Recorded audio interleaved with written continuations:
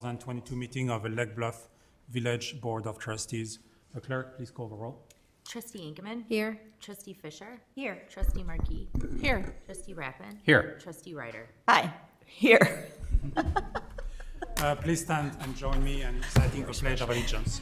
Oh my God. I pledge allegiance to the flags of the United States of America and to the republic for which it stands, one nation, under God, indivisible, with liberty and justice for all.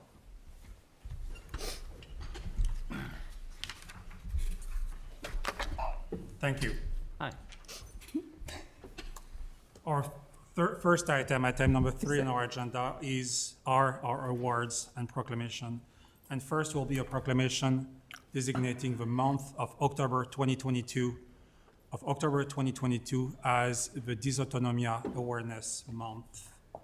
Whereas dysautonomia is a group of medical conditions that result in a malfunction of the autonomic nervous system, which is responsible for automatic bodily functions such as respiration, heart rate, blood pressure, digestion, temperature control, and more. And whereas dysautonomia impacts over 70 million people around the world and include conditions such as diabetic autonomic neuropathy, vasovagal syncope, pure autonomic failure, and postural orthostatic tachycardia syndrome. And whereas dysautonomia impacts peoples of any age, gender, race, or background, including many individuals living in Lake Bluff. And whereas dysautonomia can be very disabling, and this disability can result in social isolation,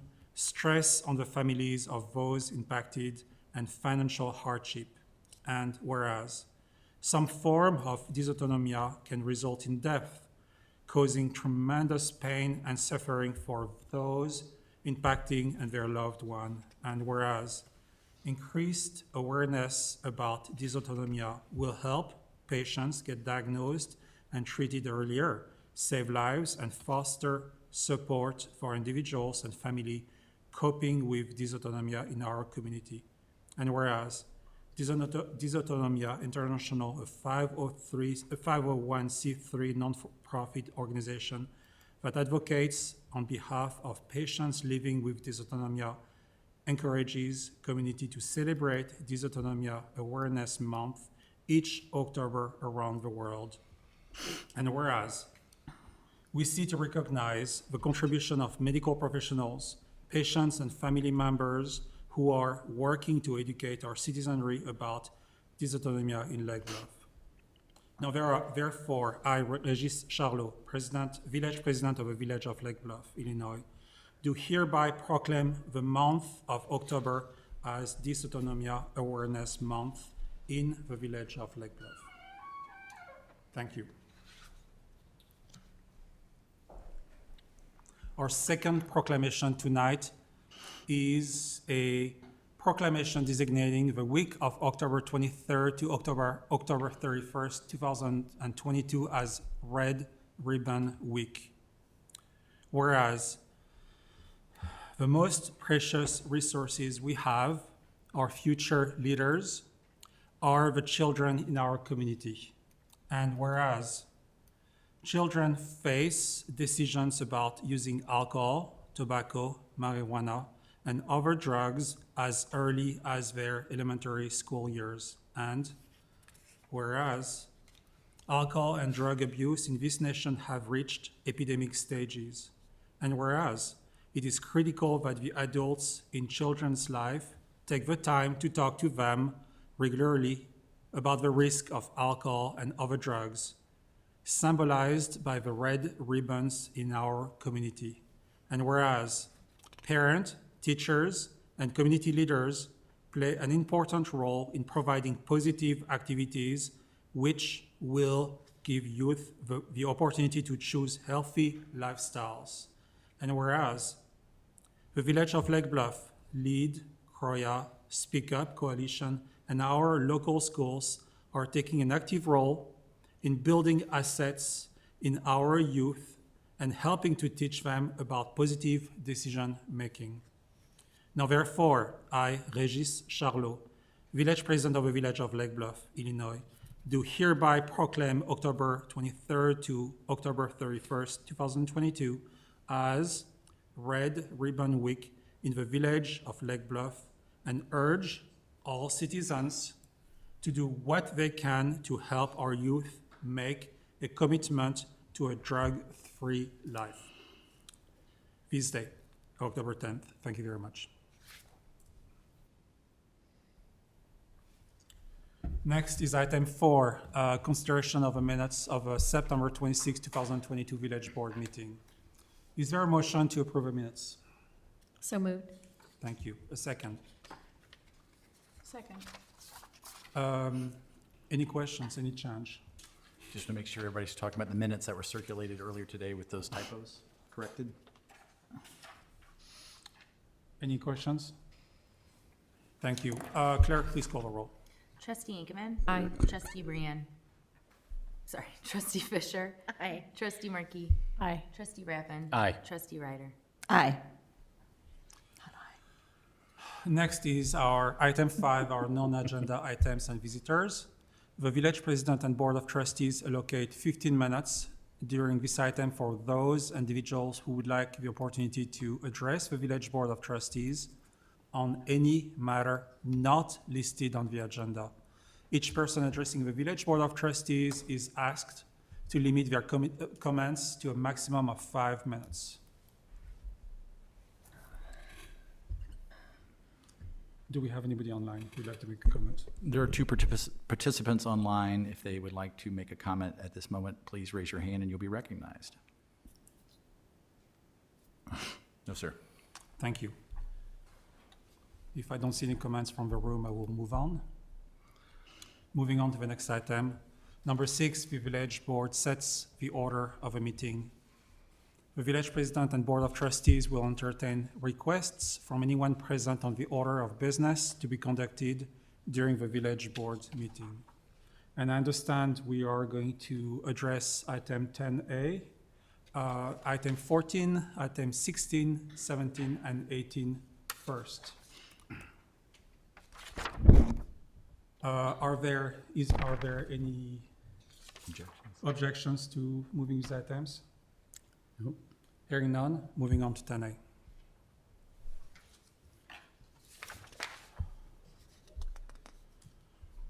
Item 10A is the Village President's report.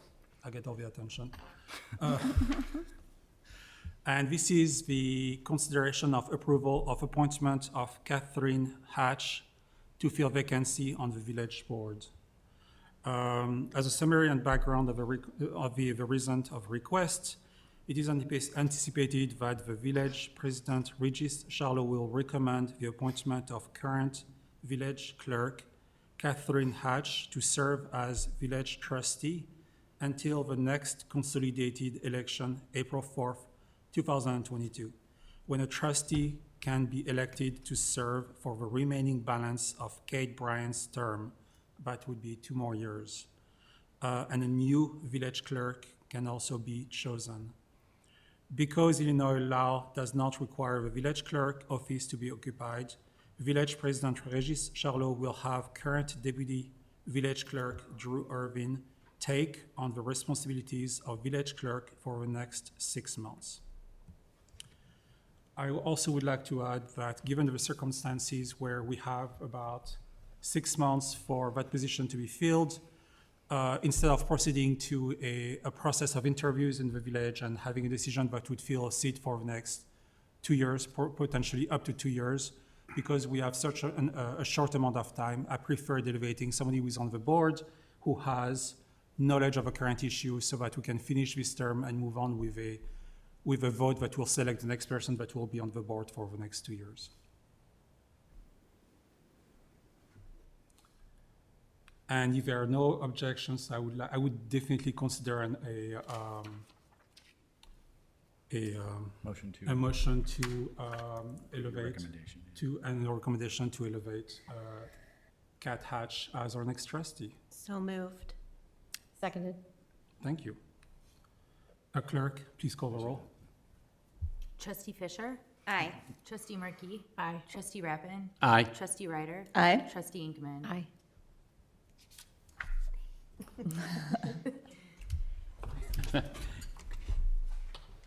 Cheers. Fan club.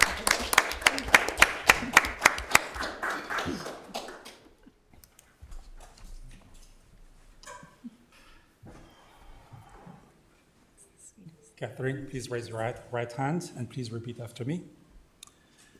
I, Catherine Hatch, I, Catherine Hatch, having been appointed to the office of village trustee having been appointed to the office of village trustee in the village of Lake Bluff, in the village of Lake Bluff, in the county of Lake, in the county of Lake, aforesaid do solemnly swear I aforesaid do solemnly swear that I will support the Constitution of the United States, that I will support the Constitution of the United States, the Constitution of the State of Illinois, the Constitution of the State of Illinois, and that I will faithfully discharge the duties of the office of village trustee that I will faithfully discharge the duties of the office of village trustee according to the best of my ability. according to the best of my ability. Congratulations. Thank you.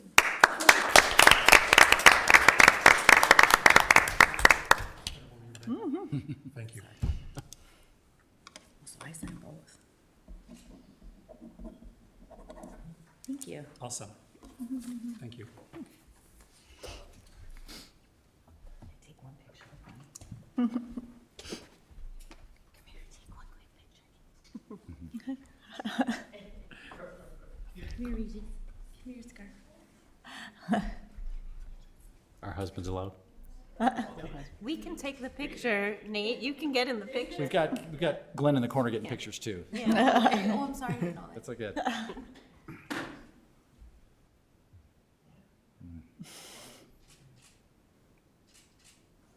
Thank you. Congratulations. Thanks, Regis. Oh, thank you. I'll give that to you. Adorable. Thanks, guys. Bye. There's that.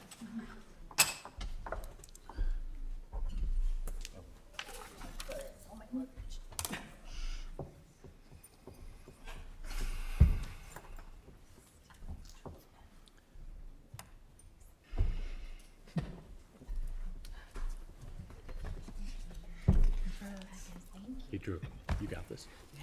You got it.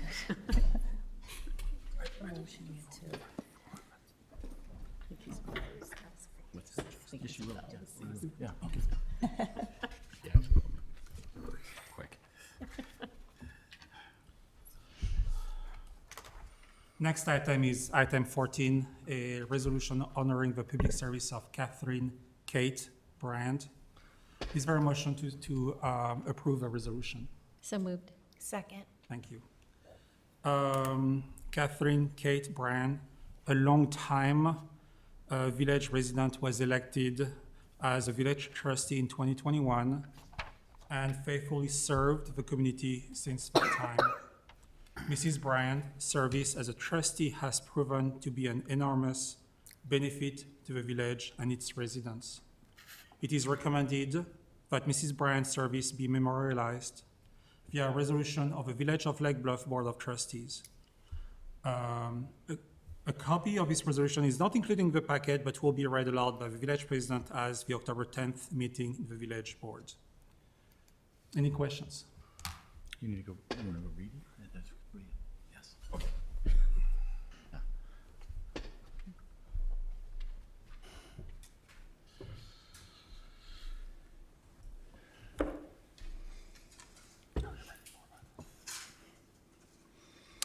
And this is a resolution honoring the public service of village trustee Catherine Kate Brand.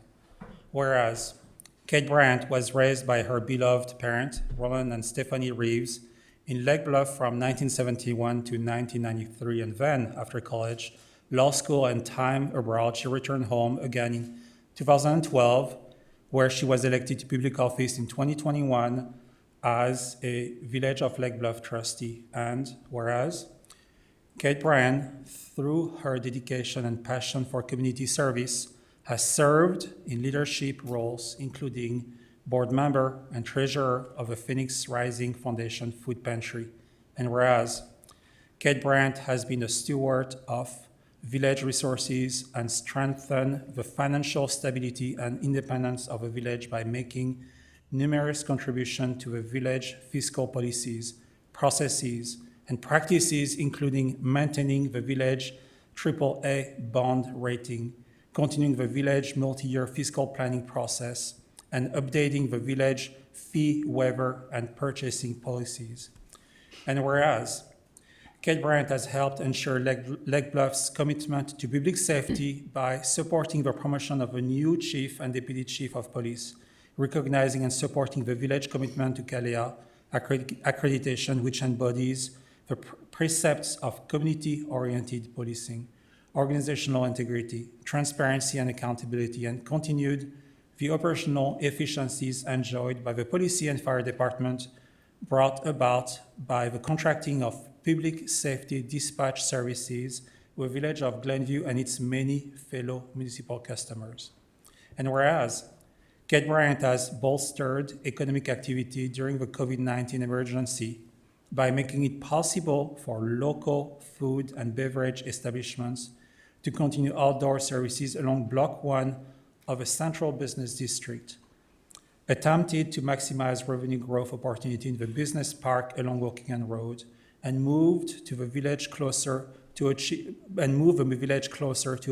its goal to have a Stonebridge subdivision, formerly the Harrison House, put back into productive use and harmoniously developed by approving a settlement agreement with the owners of the property. And whereas Kate Bryan has maintained and built upon Lake Bluff's charm and intrinsic character by supporting historic and architectural preservation of a village, by designating structures as local landmark and a comprehensive rewrite of the village historic preservation rules that included numerous administrative and ease of use improvements. And whereas Kate Bryan has fortified public assets and systems by improving village infrastructure, including but not limited to resurfacing roadways, replacing water transmission mains and customer water meters, supporting sanitary sewer lift station, manhole and transmission main improvements, planning significant storm sewer improvements on a village-wide basis, and the West Scranton Viaduct and Drainage System Phase 1 planning effort being completed in partnership with the Lake County Stormwater Management Commission, rebuilding the Robert McClory pedestrian bridge, and resurfacing significant portion of the village pedestrian trail system. And whereas Kate Bryan enhanced village environmental initiatives through the recent approval of waste and recycling franchise agreement, which secured the lowest commercial municipal franchise rates of Illinois, increased commercial recycling and composting, and promoted sustainability by reducing the number of heavy trucks on our roads, increasing the use of alternative fuels, and reducing how far waste travels to disposal facilities. Number 2, advocated for environmental stewardship by enhancing the village urban forestry management program, including outsourcing parkway tree maintenance and increasing the number of new trees planted through the village-owned land and the removing of buckthorn and other invasive species. Number 3, helped shape the village's first ever mosquito abatement program in an earth-conscious manner. And number 4, furthered the preservation of Lake Bluff natural heritage through the adoption of an amendment to the village sustainability plan. And whereas Kate Bryan contributed greatly to the discussions regarding complex zoning and development matters that were oftentimes before the village board, including updates to the village regulations and that govern small wireless facility, the creation of short-term rental, county-wide watershed development ordinance, and small wireless facility regulation, and the ongoing review of village planned residential development regulation. Whereas the husband of Kate Bryan, Peter, supported and contributed greatly to her service and accomplishment on behalf of the village of Lake Bluff.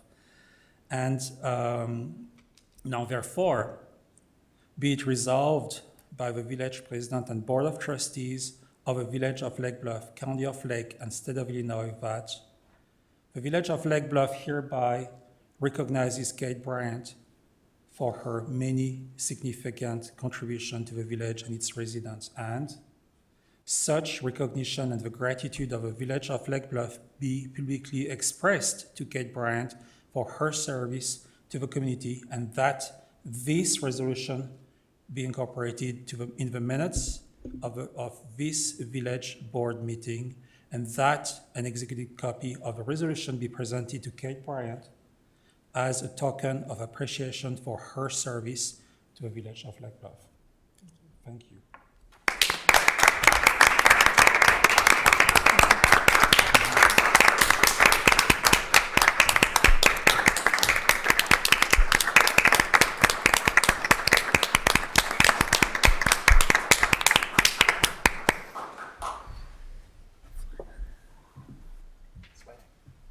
We forgot a little item for Kate.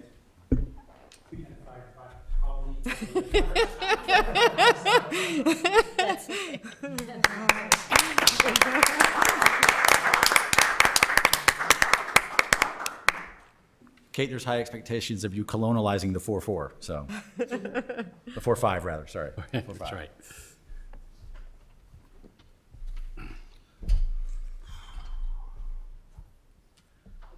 So, any questions on this resolution?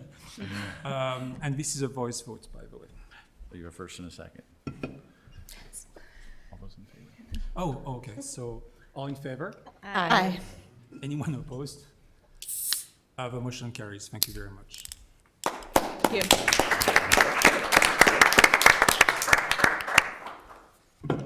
Next item is item 16, and that would be a resolution approving a site plan for Shore Acres at 1601 Shore Acres Road.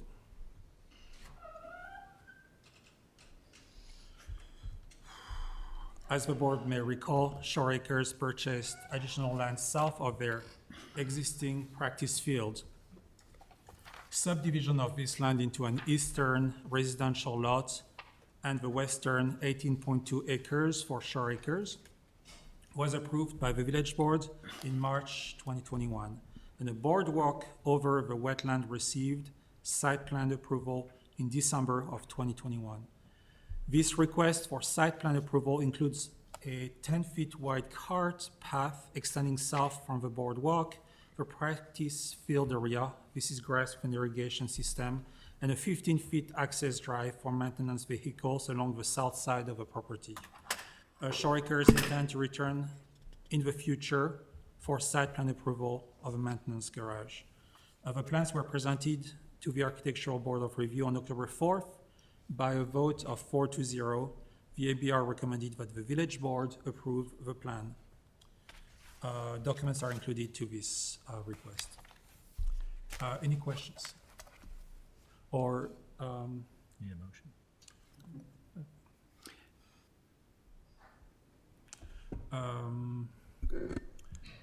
First, I will ask if there is a motion to approve this resolution. So moved. Thank you. Sorry about that. Second. Thank you.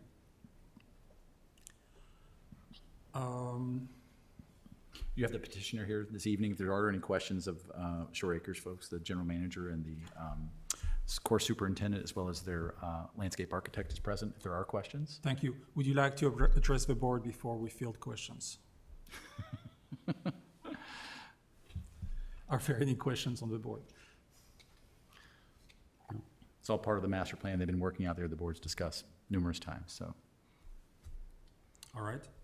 So I can see if there's any public comment as well from the virtual world. There doesn't appear to be any. this is very quiet, people. Seeing no questions, hearing no questions, this is a roll call. Clerk, please call the roll. Trustee Ankerman? Aye. Trustee Fisher? Aye. Trustee Hatch? Aye. Trustee Markey? Aye. Trustee Rappin? Aye. And Trustee Ryder? Aye. Motion carries. Thank you. Next item is item 17, an ordinance. Thank you very much. Thank you.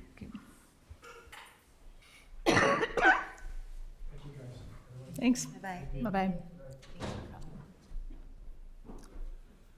Next is item 17, an ordinance comprehensively amending the village planned residential development PRD or regulations. Is there a motion to approve this resolution? So moved. Second. Thank you. This is the first of two board items related to a comprehensive amendment of a village planned residential development regulations. The village board determined in September 2020 that in advance of future developments, it would be in the best interests of a village to undertake a review of the PRD regulations and the underlying zoning districts in which planned residential developments may be located in order to determine whether and to what extent these regulations should be revised, updated, or replaced. Following a competitive request for proposals, the village selected Tesca Associates as a professional planning consultants to facilitate the review with village staff. The project team reviewed the 50-plus year legislative history of the village PRD regulations and PRD developments, interviewed village staff and key stakeholders, including village residents and members of the development community, and facilitated 5 joint workshops of the village board and the PCZBA to review its finding and present a draft of a revised PRD regulations. The result of this review process is the attached new sets of PRD regulations, and the final step to complete the review is to adopt the revisions. Compared to the existing regulations, the revised regulations create a modern plan development tool that gives the village a high level of control through a coordinated review process that is tailored to Lake Bluff and the outcome it desires from new residential developments, including the creation of additional types of housing and public benefits for the community. The attached staff memorandum and presentation by the village consultant provide additional information on the new PRD tool. At its September 21st, 2022 meeting, the PCZBA conducted a public hearing and unanimously recommended that the village board adopt the attached ordinance. Mr. President, we have Michael Blue here from Teskin Associates who's prepared to give a presentation. I think it'd be helpful to go through it, if that's all right. Absolutely, Michael. Would you mind stepping up? Thank you. It's nice to see you again. Hey. I want to thank the village president for just doing my presentation just now. And again, there really is not a whole, we'll go through this just as a summary, but I think the village president touched really on the high points. And so if we can just go through in terms of the where we are in the process. Again, Mr. Village President, you kind of ran us through this, but we did a technical review of the code based on our experience working with these codes, and we did talk to any number of stakeholders. That's pretty standard in the process. What I just wanted to point out again, and a lot of this you've heard a lot of this, but I want to point out again that the workshops that we did jointly with the PCZBA were really a unique approach to tackling this, and were really absolutely essential in ending up with what we had. Because as I often say, writing the actual zoning is relatively easy. Figuring out what you want it to be is the hard part. And if you think back to that very first workshop we did, and I had all this goofy stuff about what's important about Lake Bluff and what's special and what really speaks to you about the community, that's all in here. That's that stuff at the beginning, and those have actually become standards that we're going to expect applicants to meet, right? So that going all the way back to that was really essential to what we did, and found its way into the final version of the ordinance. So that really, that phase 3 and those follow-up workshops that are shown in here are real important. Keeping in mind that we did do this technical review, key person interviews, we had 5 workshops between us and PCZBA, not to mention the amount of time, and I say this with much appreciation to staff, that we did Zoom calls to kind of go through this and keep refining it. So it was a really involved process with all the right people being part of it. What we'd like to do is just kind of run through kind of the high points, talk about the sections, and then if you have any questions, certainly we're glad to answer them. So why don't we go ahead. In terms of our technical review, you'll recall this goes back to one of the early presentations. The issue with the PRD previously was that it was kind of quantitative. It wasn't qualitative. It didn't explain what the village wanted to see out of the development, and it had measurements in terms of setbacks and so on and so forth. And it really gave no guidance to all of you, or to staff, or to the PCZBA, or the applicants in terms of what you wanted to see. And that really jumped out at us as being what was missing. So the next slide talks about some of the initial recommendations we had before we ever got together and started doing these workshops. And the recommendations were obviously about kind of undoing some of those things that we saw that weren't helping you. We talked about needing a purpose statement and something that clearly identified what was going on, and standards. Standards are fundamental to zoning of all sorts. The standards are frankly what legally protects you. When you make a finding, they help the applicants understand what standards they need to meet, and that was something that was very much needed and that we ended up having in here. And so the other one thing I would point out that was recommended was that the standards that were in the PRD previously, they kind of reflected if you were building an individual house. You know, they had kind of those bulk standards that we're used to seeing for individual properties. They didn't relate really to the opportunity to have an overall type of development. So it was old. It needed to be refined. So let's go a little bit into what it was. We'll talk a little bit later about the process, but what I just want to remind you and point out here a couple of things. One, the process goes from informal to more formal. It goes from being a general discussion to being a discussion that includes a substantial amount of information provided by the applicant, and there's a substantial amount of review provided or done by PCCBA, ABR, has a lot of involvement of the community. And as we said several times during the workshop, the thing that's essential about this process is that the applicant has got to meet the standards and has to be approved by you, ultimately. This is not an easy process for an applicant. It's not meant to be. These are potentially significant changes to the community, and ultimately, the village holds the cards. You all hold the cards. You make the decision as to whether or not all these standards and descriptions that are in here have been met, and whether or not it should be approved.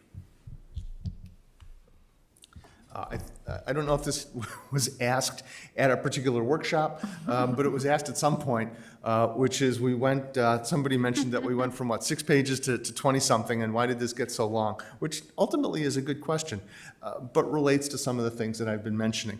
There was a lot that wasn't in the code. There was a lot of qualitative that wasn't in the code, and you'll recall that we've added a bunch of characteristics about the community. We've added a bunch of stuff about public benefit and the things that we're trying to get out of the process and the development that are good for the village, good for the new development that's happening, and that's described as much in text as anything else. So that's why this grew the way it did. So let's walk through each of these sections real briefly, and if you've got questions, we can stop and talk about them a little bit. But all good zoning starts with a purpose statement. And again, I just want to reemphasize this because this is a rather significant part of the ordinance, because there's a lot in here that says, what is Lake Bluff? And what of that do we expect to see in future developments? And it becomes a way of thinking about it. As developers come to you, they should know what you're looking for. So they're making good use of their time and yours. So that's the purpose of the purpose section. Applicability. We had a lot of discussions in all of these workshops regarding where and when is it appropriate to use the PRD. And what we ended up doing was focusing on where there are areas that are larger than 6 acres, where there are areas where this development is likely. We didn't want this to just be something that happened anywhere. We landed on this idea of these eligible areas that are shown here, and this is in the ordinance, so it's clear to everybody. Any development that is going to be over 6 acres, which admittedly is a carryover from the previous code, and we talked a lot about this. What's special about the 6 acres? There's nothing special about the 6 acres, but it creates consistency from where we were, and I believe the consistency is a worthwhile standard. Also, anything over 10 dwellings is a development that could have some impact and is worth considering through the PRD. Within these areas, an applicant can ask to go through the PRD process if they have these identified purposes that are here. So again, focusing the PRD so that it's not used just for any old case, but it's used in the instances where the village is sort of predetermined that it's appropriate to consider. This is really just technical about common ownership, that there is one person that either owns the property or has a contract to purchase or purchase subject to rezoning, so that the people that are, the person that the village is dealing with actually has the authority to do that. So this is just kind of perfunctory. 7.4 talks about, or 17.4 talks about the types of uses that are permitted. Again, this was kind of vague very vague in the existing code. And these are the types of things that are allowed to be considered, not approved, not preordained, not an absolute right, but can be considered as part of the PRD development. And this follows the goal that we discussed about trying to look for different types of dwellings in the village, and that they could be incorporated in a creative and logical way, given its neighbors and where it was in the community.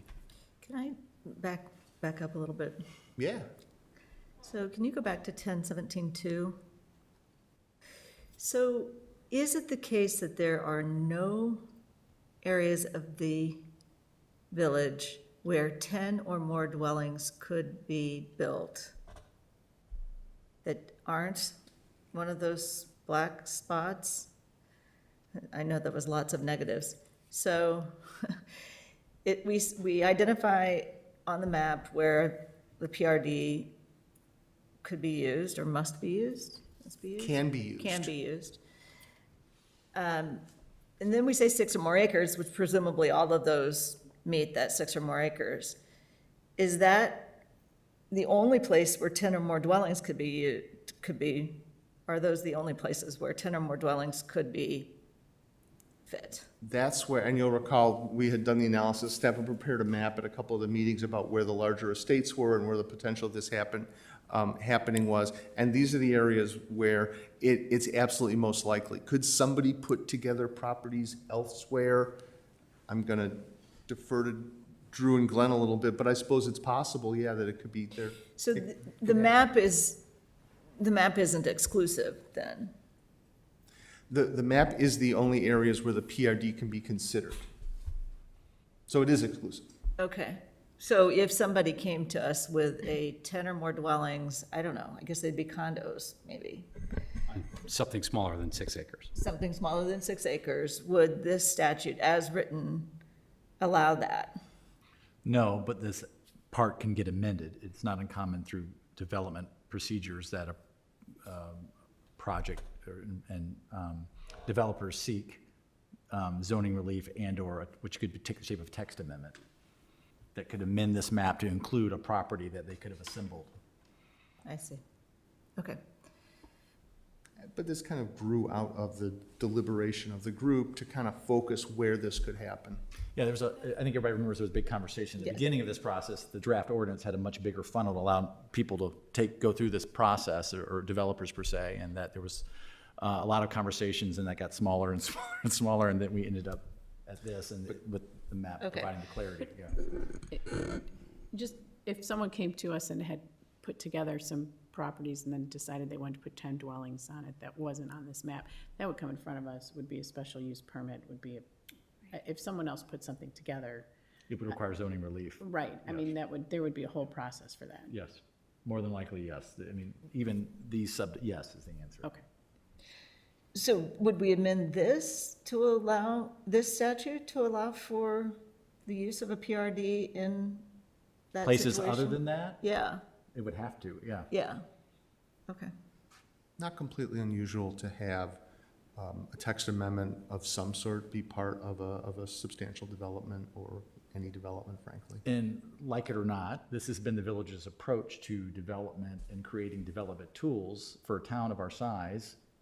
We have a planned mixed-use development, we have a planned commercial development tool, we've got this planned residential. A lot of communities will have one tool, a PUD tool, and they use it, and it's much less specific. You know, it's more of a crescent wrench, and these are more all Allen keys, right? You think about how specific these tools are, so. Okay, thanks. You. One more. Thanks. Section 5, this gets to be the quantitative aspect of the update of the ordinance. And it specifies the baselines that are fundamental for development. And some of these are numbers, so they talk about height and density. These were all based on current underlying zoning.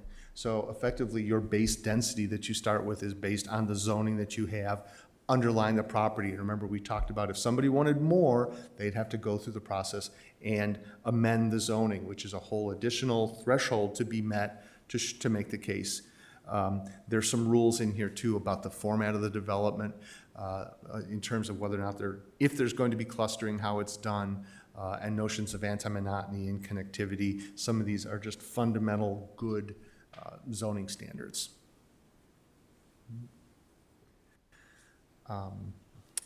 This slide here talks about the areas that can be considered for public benefit. So this is one of the things that was not in the PRD when we started. You'll recall this notion of a public benefit is typically part of planned unit developments generically as they're applied everywhere.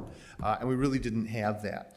And so you'll recall we had a discussion about whether or not we wanted to specify the types of public benefit that we would consider. Some places leave it open for debate, which is a little vague for my taste. But what we did is we took some of those things that came out of our workshopping that we decided were important to Lake Bluff, and we said, great, these are the public benefits that we will consider accepting as part of the development. So an applicant doesn't have to provide all of these, but the process would look for them to provide one of them as part of the approval.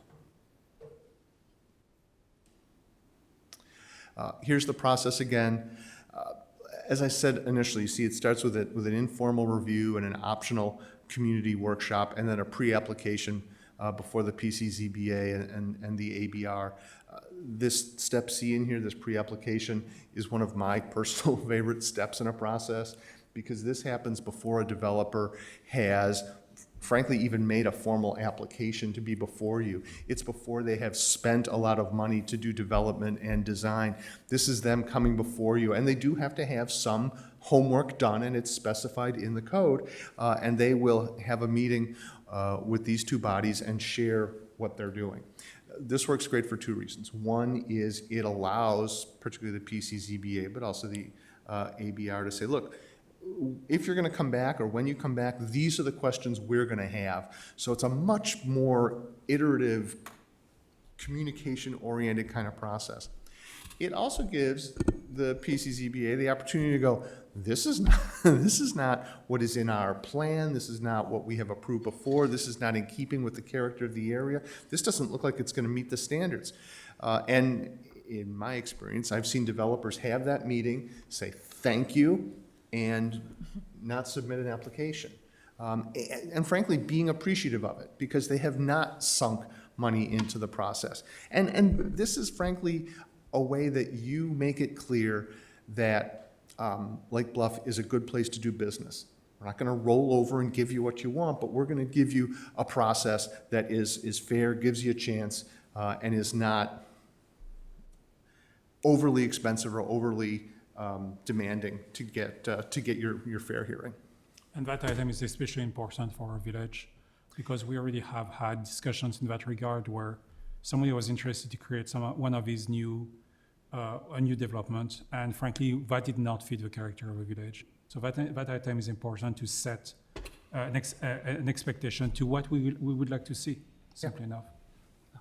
I just have a quick question on this, and I think I brought it up in one of the workshops. So like, the first A and B, when we talk about that informal review, I'm curious as to what that looks like. And then B, when we talk about community workshop, I think I mentioned this before, I would prefer that not to be optional. I would prefer that have to be something that actually happens, because I do think one of the hiccups we find in our community is that we get through a lot of the process, and maybe residents are busy and they haven't really been paying attention, and then the next thing you know, you're into the preliminary plan, the village board or the PCZBA, and now the community says, you know what, we don't want this, and the developer has already moved through quite a few steps at that point and spent a lot of money. So I'm just curious if you could give a little more, like, what does the informal review actually look like, and then why wouldn't we make that community workshop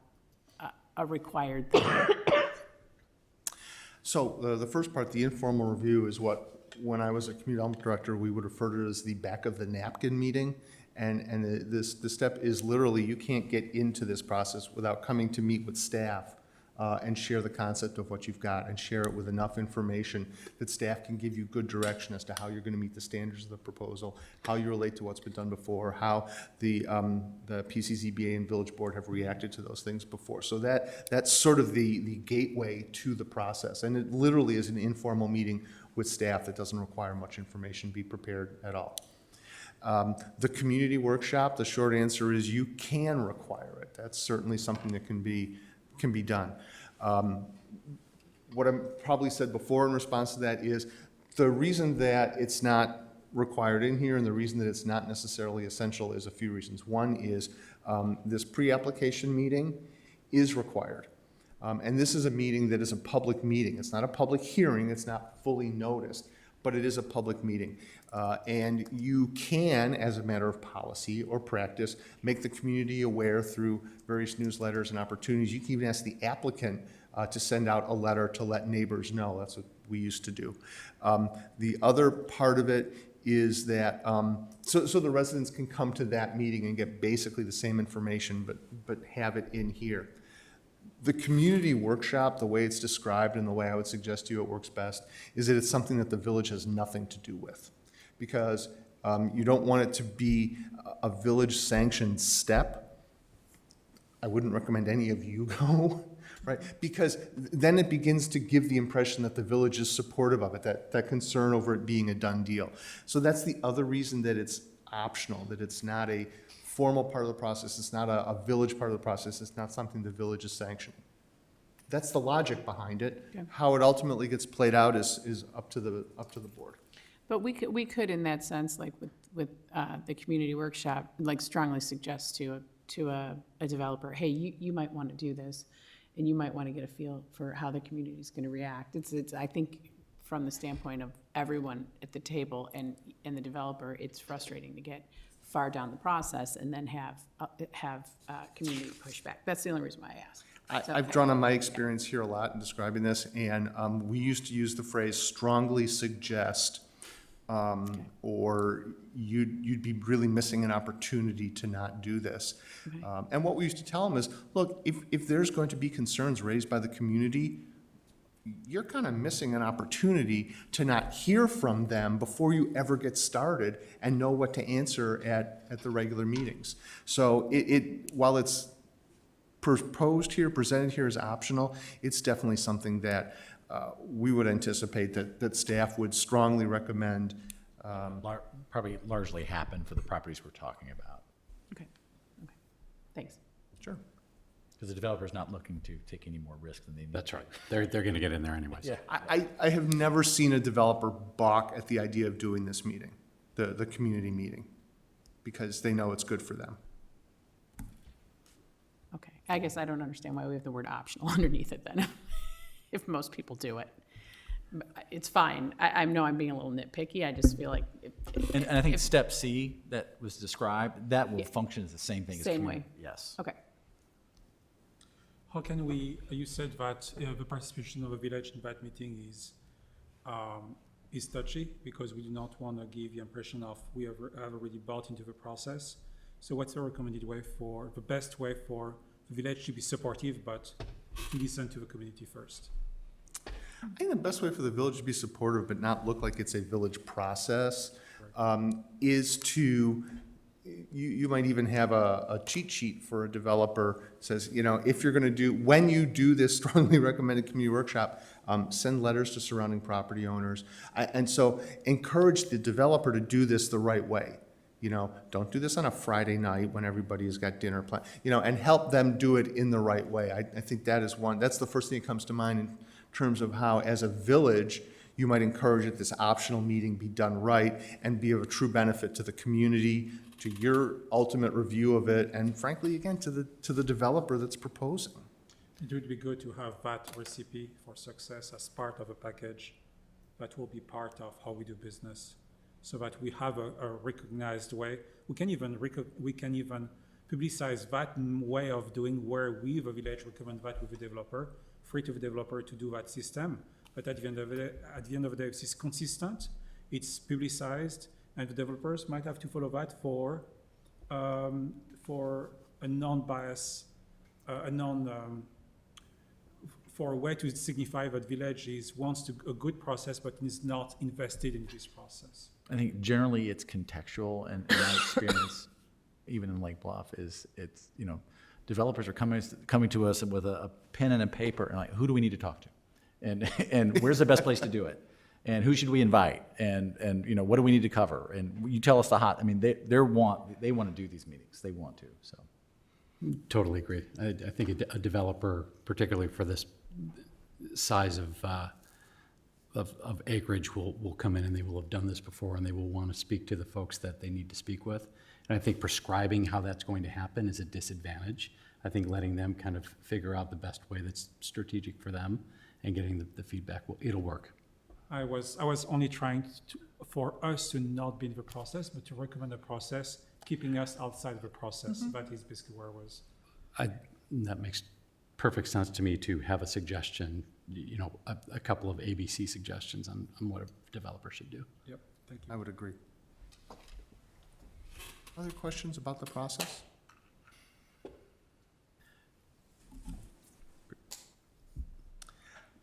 The PRD ordinance specifies what can be modified.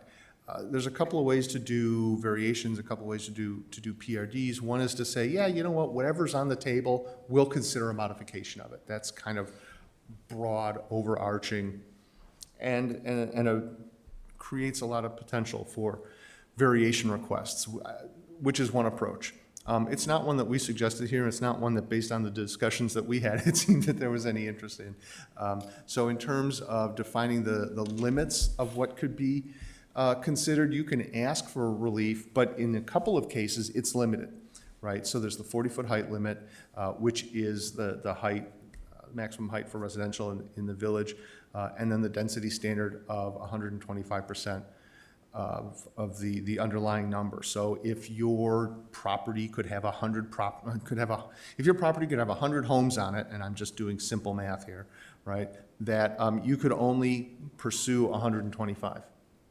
If you really wanted more, or you had a need for more, or you had a case for more, you would have to rezone the underlying zoning. You would have to apply for and receive zoning change from the village for the underlying zoning so that you could have more. And again, that's a whole nother standard, that's a whole other standard that they have to meet with you.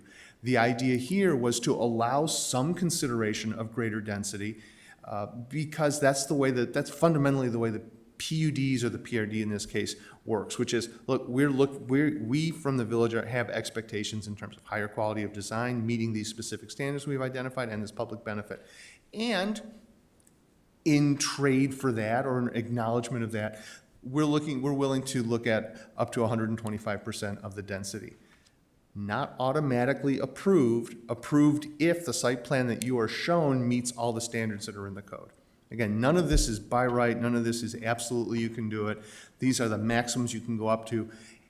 and can get approved as long as you meet the standards. And I'm being very particular about that and repeating it because it was a concern for you and PCZBA as we went through. Is there are just any number of points in this process where it is up to the village? This is not, these are not get out of jail free cards. These are not the ability to do things by right. It's just not part of this process. The 40 feet does seem a little misleading, but my guess is any developer that comes and wants to build something in the historic village probably will understand pretty quick that 40 feet is a tall task. I would expect so, and that's part of the reason this is so long, is so much of that concept is in here. And the process is pretty clear in terms of where the approval points are. And yeah, you'd hope that a developer would be sophisticated enough to know that. If not, they get to work with staff who will make it clear to them, I have no doubt.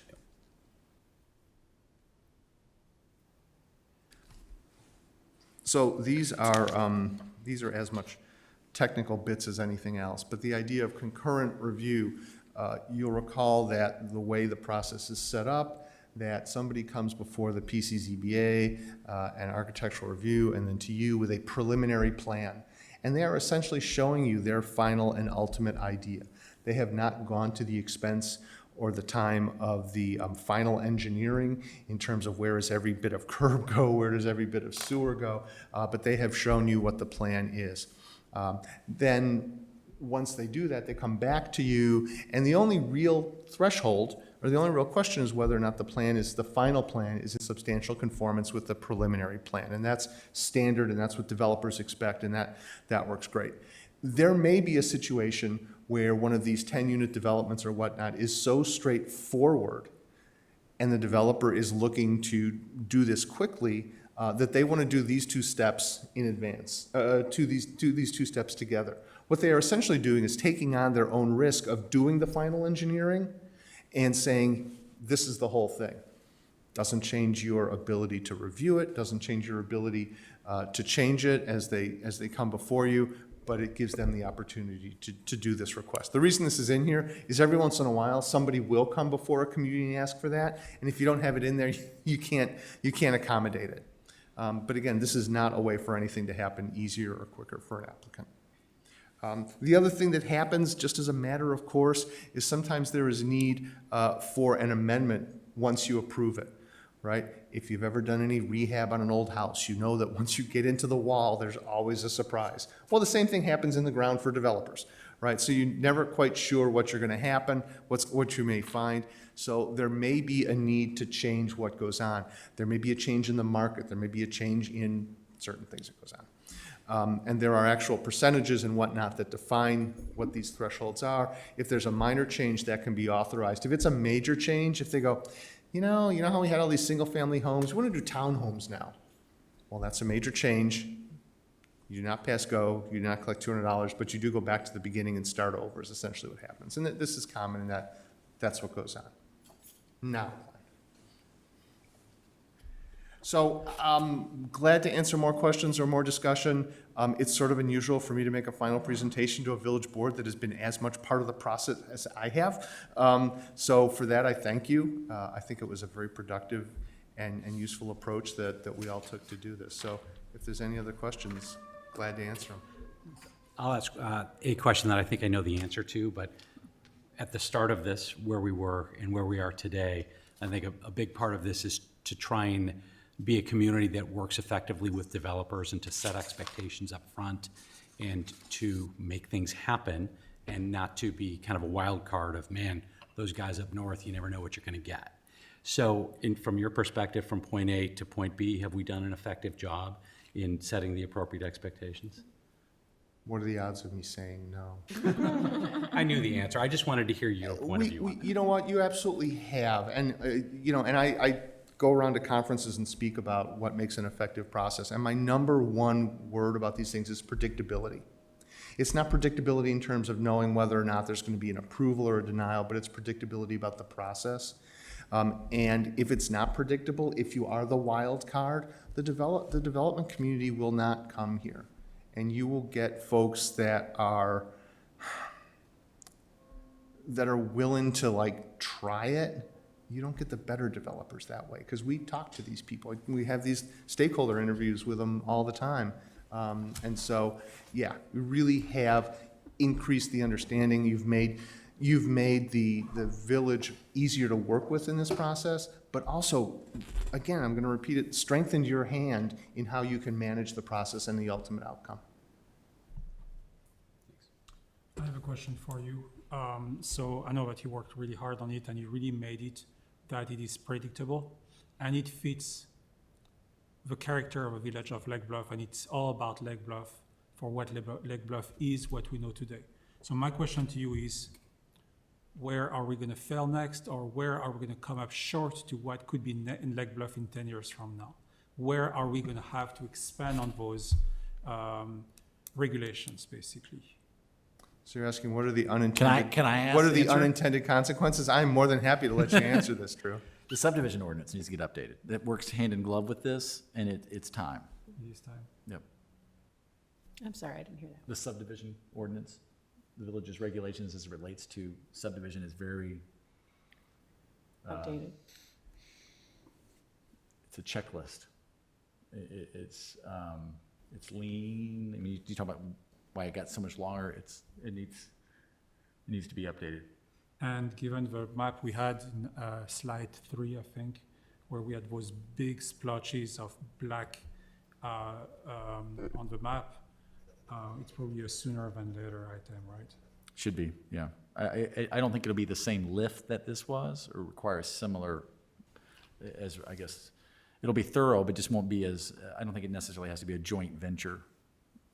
This really sets the goals in terms of big, high-level objectives, purposes. Subdivision ordinance is a little more technical. It's technical. Subdivisions are almost ministerial in terms of how they're reviewed. So Thank you, Michael. I'm sorry. Go ahead. You're done? I just had a question, and I know there's a lot of people here that can probably answer this, but I'm not one of them. When we're looking at this ordinance and how it works, does it give us more protection from written this way? Are we given more protection from a litigation standpoint? I know that was one of the things we kind of talked about at one point, was that we'd like to make the ordinance a little bit stronger from the standpoint that it protects the village from potential litigation of developers. And I'm not even sure if it's, I'm not even sure if what we're looking at, because it will be changed. Clearly, any developer that comes in will tweak it, do what have you. But from the standpoint of the basis of this, does it give us a little more protection? I'm not the attorney, but We have what no I will idea. tell you is the answer is yes, and I'll tell you why. When communities get sued, the standard is, have you been arbitrary and capricious? Right? And so it just sounds terrible, doesn't it?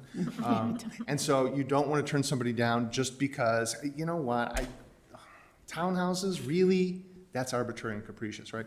What you have now is you have an ordinance that is chock full of standards.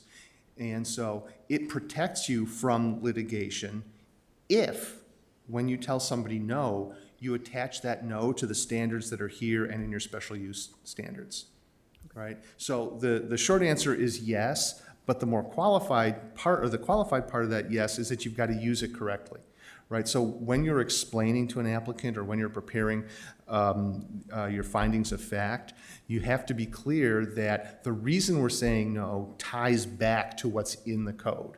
You've not just said, yeah, you know what, boy, pink houses, really, in Lake Bluff? No. But what you do is you say, you know, we have this whole thing of standards here, and this proposal does not meet them for the following reasons. That's really the better way. So that's how you're protected, is by using it that way. Okay, so the fact that this is more detailed and the standards are more clear generally gives us a little more protection. Absolutely. Okay. And I would think even the next action for the board that's going to consider Yeah. updating the comprehensive land use plan is a big part of that, nailing down the village's vision and expectations for areas, how they are developed and through what process helps that as well. Belts and braces. Thanks. Absolutely. And we do have a pink house in Lake Bluff. We have a couple. At least one. At least. Might be two. I just wanted to say thank you for your guidance through this process, and as many times as we read the latest version, there were always nuances that needed to be kind of pushed on, and you always provided great examples and other municipalities, what they did, and options, and so I appreciated that. I think it gives good direction to applicants toward a path for success, and it gives the village the ultimate ability to have a say in what happens, and it's just clearly outlined so that it's not a mystery. And I just appreciate it. So it's been a long process, and your guidance has been helpful throughout. Thank you, and thanks to you all. You all provided that insight, and made that really go really well, so thank you all. Any more questions on the board?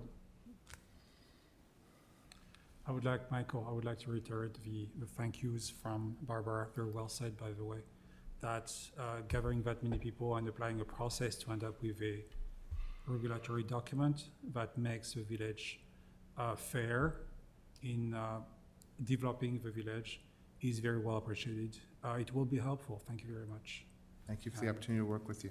Thank you. Good, thank you. Do we have any comments online? Anybody attending the meeting virtually who have comments regarding this draft ordinance, now is a great time to raise your hand and you can be recognized to make comments.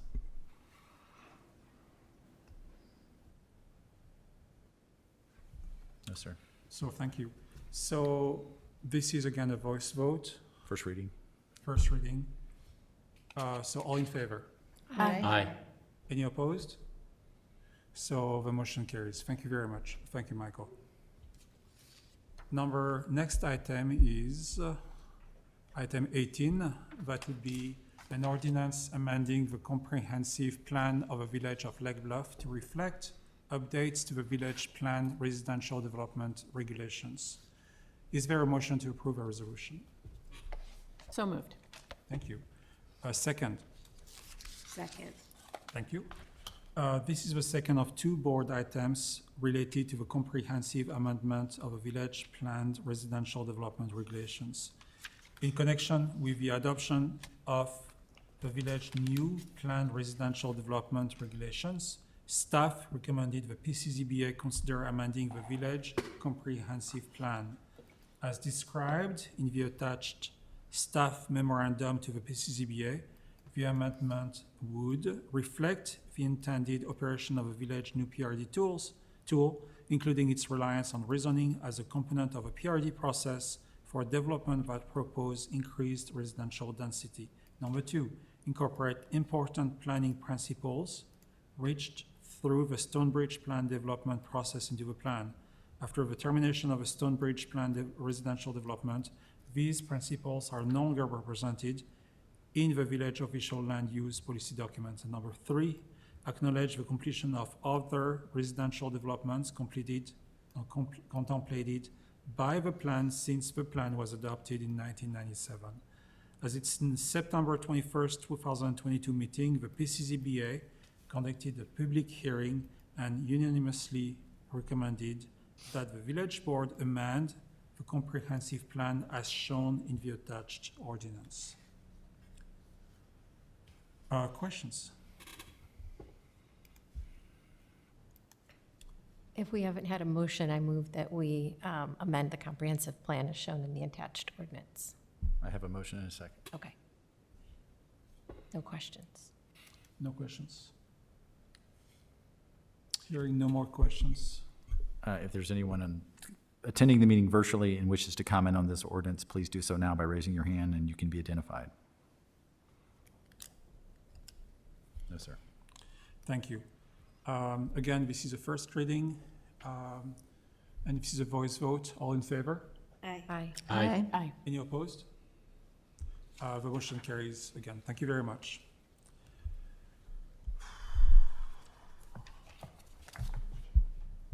Next item, resuming the normal order of the meeting, is our village finance report. So item number 7.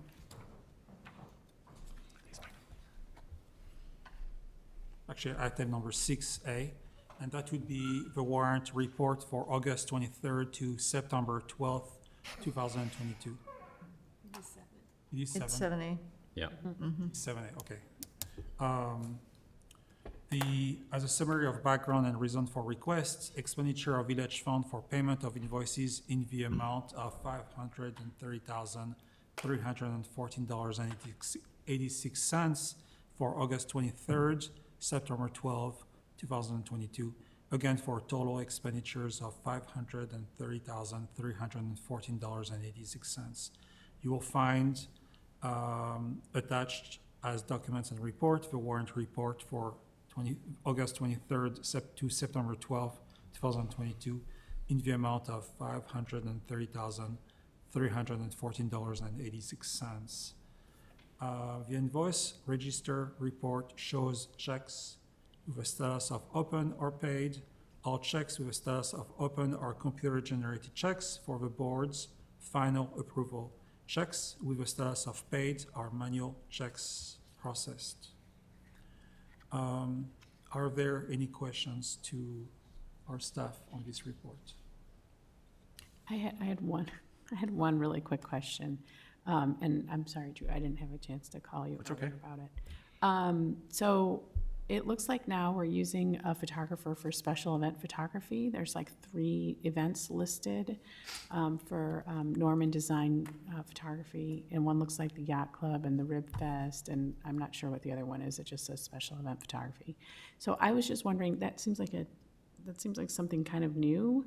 I was wondering if that's something we're going to do going forward now at every event, every village event, have a photographer, because usually those nonprofits have their own photographer that comes, and usually it's somebody who volunteers, does the pictures, and would probably share those pictures with us if we really wanted some to use on social media or in our website or what have you.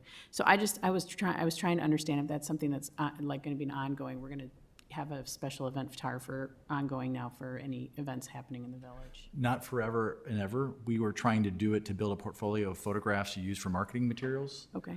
And so we wanted to use the same photographer for all the same events, so that it has the same eye, same equipment and so forth. And I think we're getting close to, I'm not sure how many events are left. None. We're done. We're done. But at least for now. But periodically we'll do it. But we use them and we share them out to groups. It's been a low rate and very high quality, and we use them. I mean, we use them. Okay, So. yeah, I hadn't remember seeing it. I'm sure it's been on the warrant report before, but clearly not frequently, because No, the first time we did it, I think it was last summer, we hired Norman Marcus, to do the first block party, like post-COVID opening, and that was kind of the first one that said, oh, wow, this is really good work, and we really liked it. And so we said, let's try to do a couple more, and we liked it and kept, using them, so. I do know most of those organizations have people that are really quite good, that are they are usually professional photographers that come and volunteer their time, so just something to keep in mind. For sure. And we had, for example, the Yacht Club, we reached out to them and said, hey, do you have somebody? And they could not find somebody. It's difficult. Some of these things are difficult because it's wedding season or, whatever reason, but that actually, sailing has a photography specialist because of the action. We didn't get on the water to do that. We didn't choose to pay those rates, but that's something that is available. Thanks. In this case, we had somebody who was a professional photographer who did fit the Lake Bluff Yacht Club type of, not $3,000, but $200, and we were lucky, so that's why you got pictures. There you go. Somebody did give a quote that was really high, right? Very high, and we could not even look at it. And that person came back saying, you know what, I really want to do that. I want to be on the water, and I will charge you $200 for 3 days instead of $9,000. And that's why we got amazing pictures. Good. Good negotiating. Thanks. Any more questions on the board? It is a roll call. Clerk, please call the roll. Trustee Fisher. Aye. Trustee Hatch. Aye. Trustee Markey. Aye. Trustee Rappin. Aye. Trustee Ryder. Aye. And Trustee Ankerman. Aye. Thank you. Next is our village administrator's report. I have no report this evening. Thank you. And followed by our village attorney's report. No report for me as well. Thank you. The next item on the agenda is the consent agenda. And that would be item 11, the acceptance of a correspondence. Please note, all correspondence was delivered to the Village Board of Trustees in the informational report on September 23rd and 30, 2022, followed by item 12 as a second reading of an ordinance amending the Bluff zoning regulation relating to parking in the central business district. And finally, item 13, a second reading of an ordinance granting a special use permit for an eating place without a drive-through facility, being Hansa Coffee on 24 East Scranton Avenue. Is there a request to remove any of these items from the consent agenda? Thank you. Is there a motion to approve the consent agenda? So moved? Thank you. Second. Thank you. Is there any discussion on any of these items? And no one is raising their hand from the virtual world either. Thank you. Hearing none, therefore, clerk, please call the roll. Trustee Hatch. Aye. Trustee Markey. Aye. Trustee Rappin. Aye. Trustee Ryder. Aye. Trustee Ankerman. Aye. And Trustee Fisher. Aye. Motion carries. Thank you. Resuming to other business, and that would be, the first item would be item 15, a resolution approving the extension of a special use permit, site plan approval, and variations for an automobile dealership that would be Imperial Motors on 39 to 47 Sherwood Terrace. Is there a motion to approve this resolution? So moved. Second. Thank you. On October 12th, 2020, the Village Board approved Ordinance 2020-18, which granted zoning relief to Green Bay Properties LLC to develop a new automobile dealership at 39-47 Sherwood Terrace. The owner is controlled by the ownership of Imperial Motors, who operates Lake Bluff Jaguar dealership. Various provisions of a zoning regulation apply a one-year expiration period to the relief granted by Ordinance 2020-4. Within that time frame, ordinarily, the applicant must either, 1, obtain a building permit and pursue construction to completion, or 2, obtain a certificate of occupancy and commence the use. The same provisions allow the village administrator to extend the expiration date for up to 1 year for a good cause shown, but only when a written request is filed prior to the expiration date. The owner previously submitted an extension request on September 5th, 2021, and received an extension from the village administrator as reported to the village board as its September 13, 2021 meeting. Imperial Motors continues to be unable to proceed with their proposed development for a number of reasons, including difficulties obtaining the necessary highway access permits from the Illinois Department of Transportation. Absent any action from the village board, their zoning relief would expire on October 12, 2022, and the village administrator has no authority to grant further extensions to this zoning relief. The attached resolution would simply grant a further 1 year extension to the relief until October 12, 2023.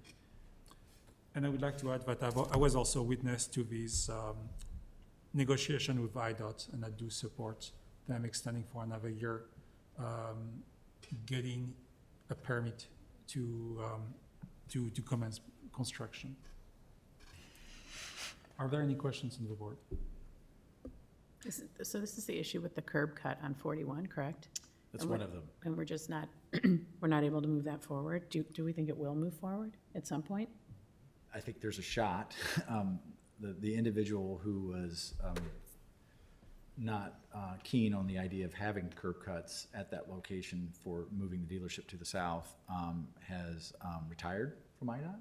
And so we are hopeful that his replacement will maybe have approach the idea with a green mindset and see where that ends up. So I think the opportunity exists now that we can feel like we can get another good shot at it.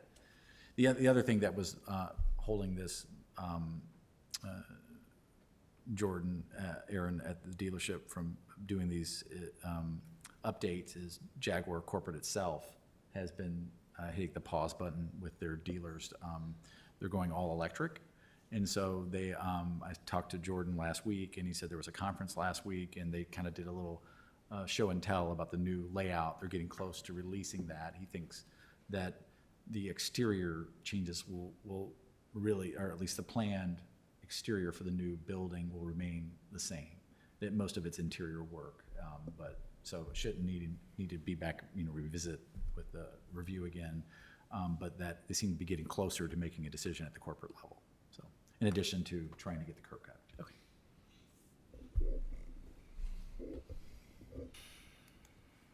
Any more questions to the board? No one's apparently raising their hand in the virtual world. Thank you. So this is a roll call. Clerk, please call the roll. Trustee Marquis? Aye. Trustee Rappin? Aye. Trustee Ryder? Aye. Trustee Ankerman? Aye. Trustee Fisher? Aye. And Trustee Hatch? Aye. Motion carries. Thank you. I believe the next item is item 19, if I did not skip any item. Nope. Yep, that's it. So that would be our trustees' report. Do any trustees wish to make a report tonight?